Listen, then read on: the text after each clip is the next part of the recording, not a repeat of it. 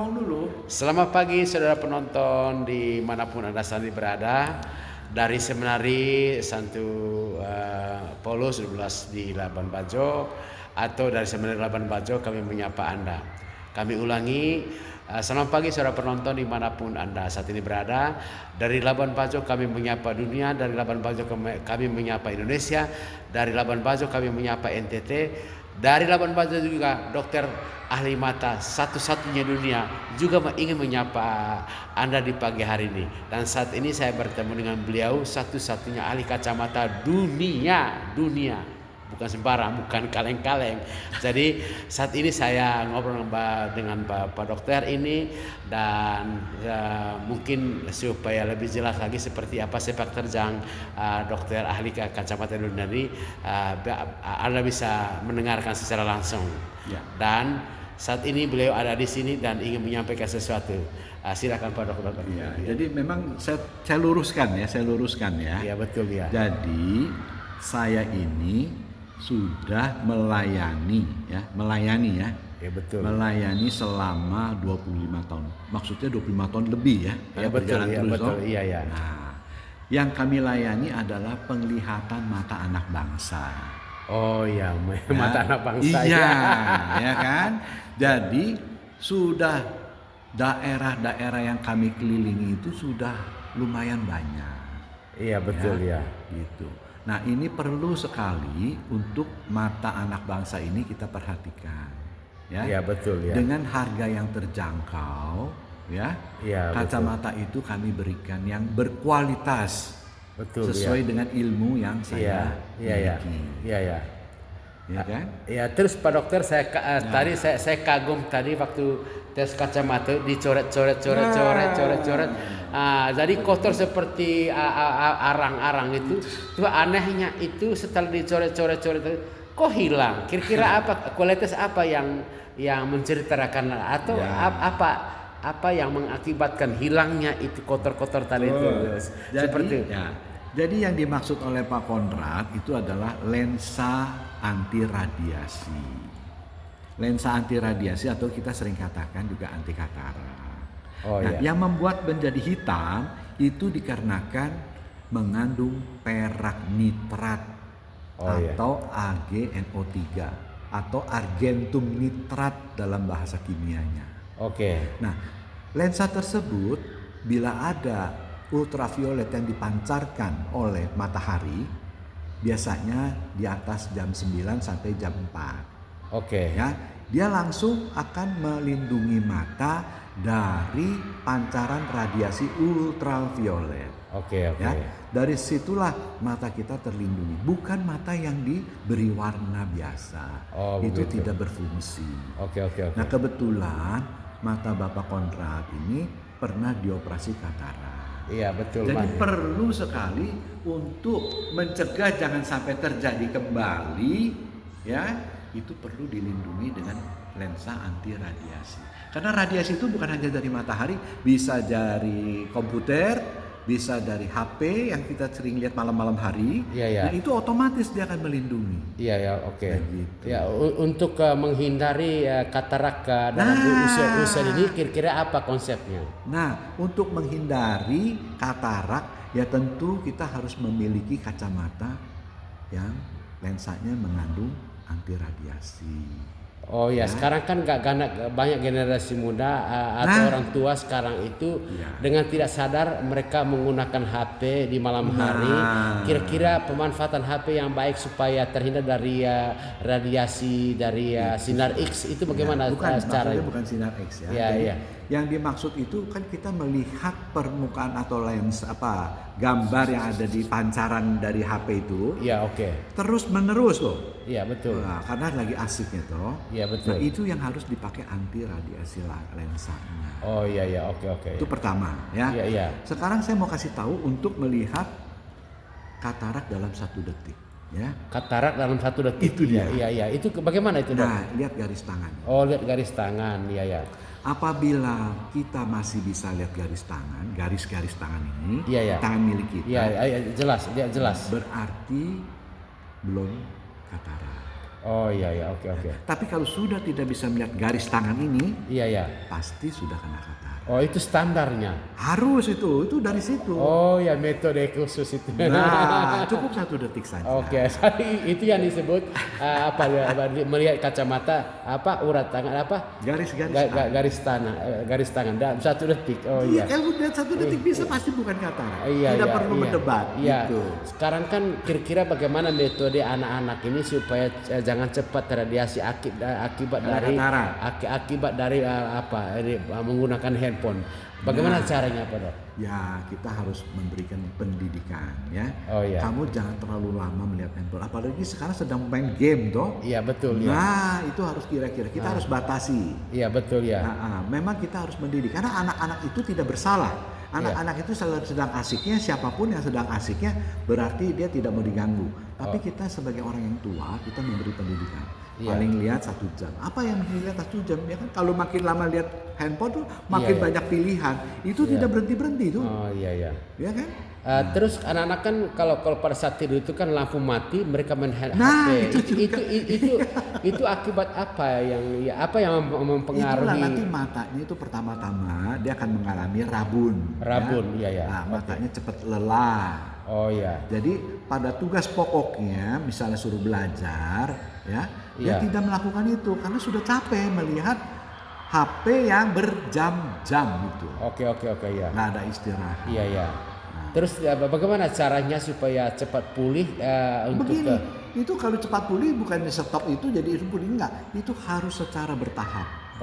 Bertahap tujuannya supaya si anak pun mengerti agar dari pikirannya juga yang harus kita perbaiki. Maka kita harus bisa memberi penjelasan yang sejelas mungkin pada anak. Oh iya. Anak kalau tidak jelas dia akan nyolong-nyolong dia lakukan itu. Oh iya. Tapi kalau dia sudah jelas dia tidak akan mau melanggar. Iya. Khusus untuk mata Pak Dok, kira-kira makanan apa yang bisa membantu? Sebenarnya mata itu makanannya pasti vitamin A. Vitamin A ya. Iya. Banyak apa saja vitamin A. Iya.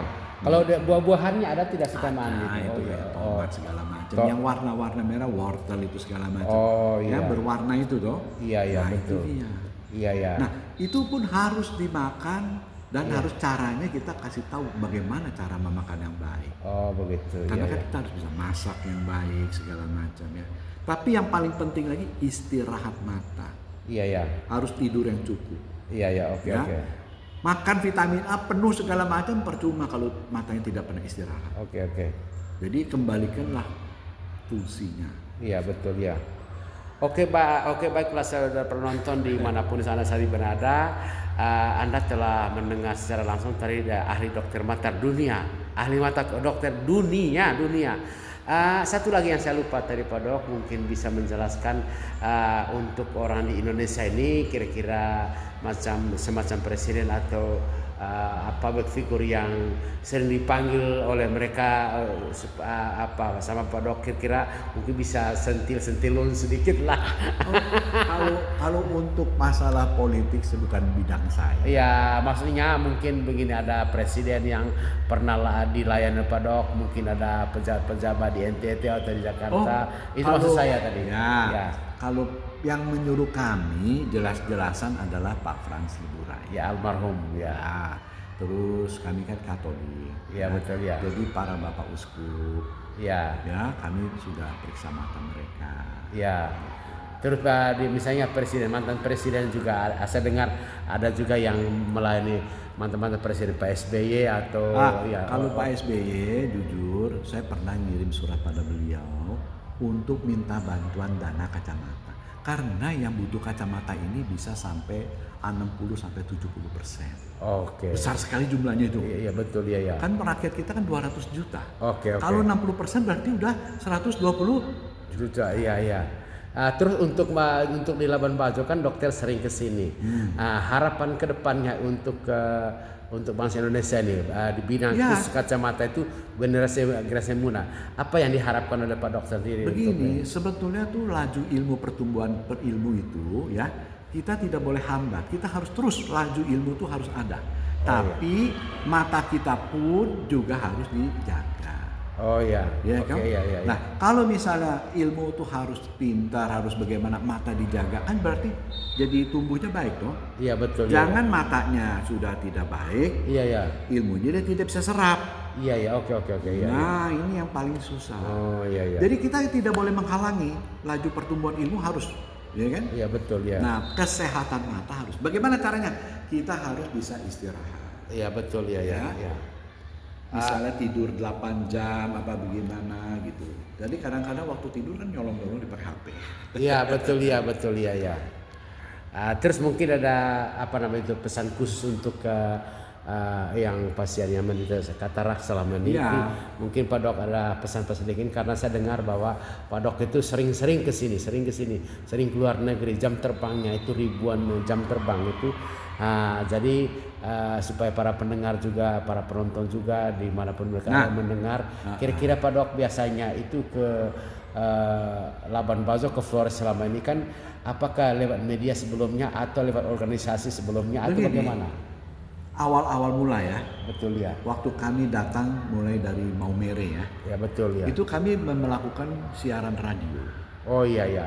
Jadi ada istilahnya tanya jawab. Iya oke. Apa keluhan di hadapan mereka? Iya betul. Dia bisa bicarakan kepada itu. Ada fotonya juga waktu saya siaran. Oke ya. Jadi semua itu supaya ada komunikasi. Iya betul. Jangan kita lakukan tidak tahu apa-apa. Iya betul ya. Jadi kalau udah komunikasinya cocok, mengerti, baru dia bisa memahami gunanya apa kacamata itu. Oh begitu ya. Jadi memang itu kita lakukan selalu begitu.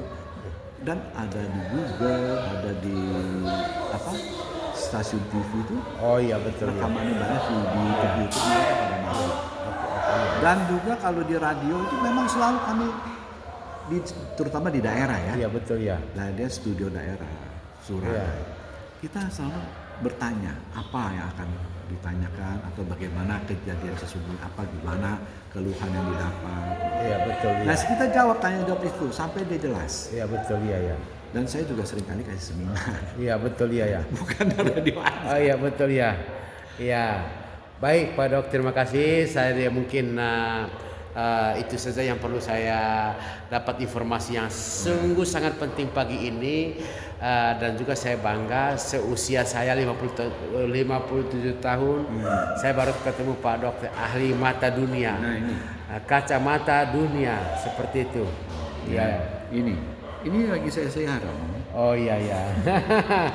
Iya nanti Pak Dok akan kirim waktu siaran itu. Ya itu lagi siaran nih. Iya betul ya. Wah luar biasa.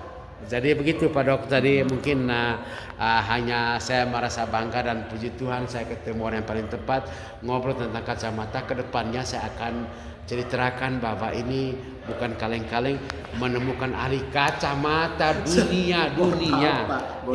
Iya. Sebetulnya mohon maaf. Iya. Nggak usah dipromosi, udah terkenal dulu. Ya artinya. Bisa artinya senang ya. Ya, saya bangga. Saya mau menceritakan kalau Anda tidak dengar atau kalau tidak yakin, inilah orangnya. Itu maksud saya sebagai lampiran saja. Begitu Pak Dok. Terima kasih selamat pagi. Dari Labuan Bajo kami menyapa dunia. Dari Labuan Bajo kami menyapa orang Flores. Dari Labuan Bajo kami menyapa orang-orang yang ada di luar negeri seperti itu.